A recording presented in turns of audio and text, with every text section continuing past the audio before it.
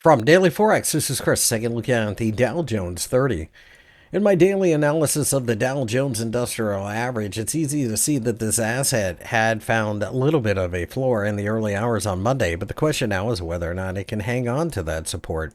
I do think we are in the midst of forming some type of base that we can rally from. The question is whether or not we can stay afloat. The 40,000 level underneath to me is a major support level and an area that we have to pay close attention to. It's the top of an ascending triangle, and therefore a certain amount of market memory should come into play in this general vicinity.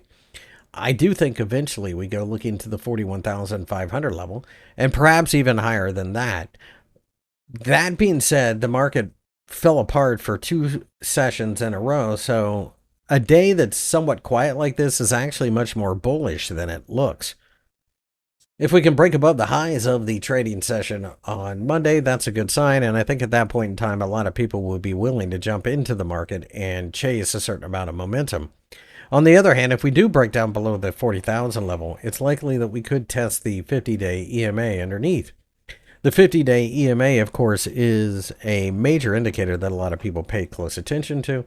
And therefore, I think that also could offer a certain amount of support. In general, this is a market that I think continues to benefit from the idea of rotation in the stock market.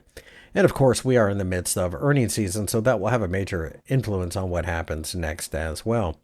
It's a huge uptrend line just waiting to be formed from the triangle. So even if we do pull back, I think significant support is to be found.